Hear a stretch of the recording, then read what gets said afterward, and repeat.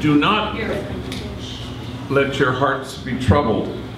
Years ago in the old office, a homie came in kind of desperate, and he was standing in front of my desk. He wouldn't even sit down. He said, "Gee, I just need a G-O-B." I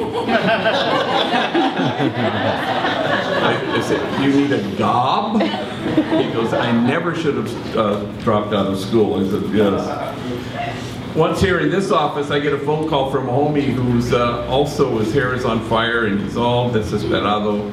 And his refrigerator has died, and so he's, all the food in it has gone bad. And for some reason, he just begins to sob. I mean, he's sobbing, crying. I can barely understand what he's saying. And he comes in to see me later on in the afternoon, and he apologized. He said, "I'm sorry for earlier today, my appliance meltdown," he said.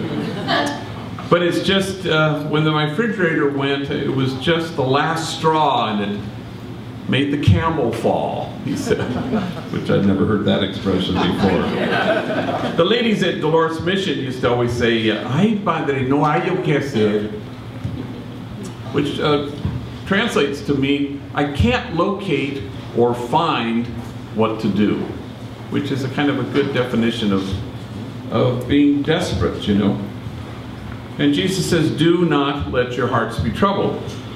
And it's interesting, the original Greek is even more forceful. Stop letting your hearts be troubled, which is kind of an interesting thing, because it seems to suggest that we have a choice, that we have a voice in the matter, whether you allow your hearts to be troubled or not. Years ago, I was at Camp David Gonzalez, and I got there to say Mass, and it's in Malibu. And I could see this kid was just standing by himself near the gym where Mass takes place, but he was all by himself. I didn't know him, and I introduced myself to him. And he was having a bad day. His hair was on fire. He was kind of desperate. He was, you know, he just couldn't locate and find what to do next. But then he said, "You know what I do when that happens to me?" I said, "I stand here and I stare at those beautiful, amazing mountains right there. And I stare at the blue, blue sky, and I check out the white clouds, and I breathe in this clean air. And then I say to myself, God did all that."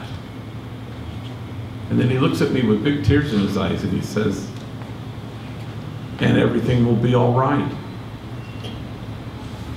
You breathe in the Spirit that delights in your being.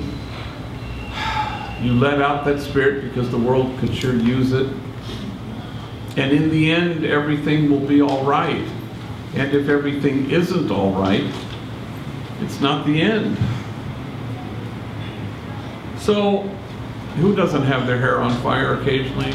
Who doesn't struggle to get a G-O-B?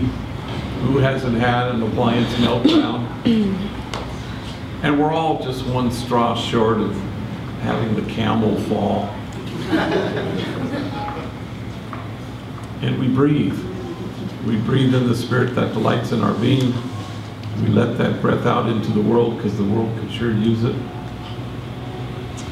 And everything will be all right. And so we choose, go figure, we get to choose not to let our hearts be troubled.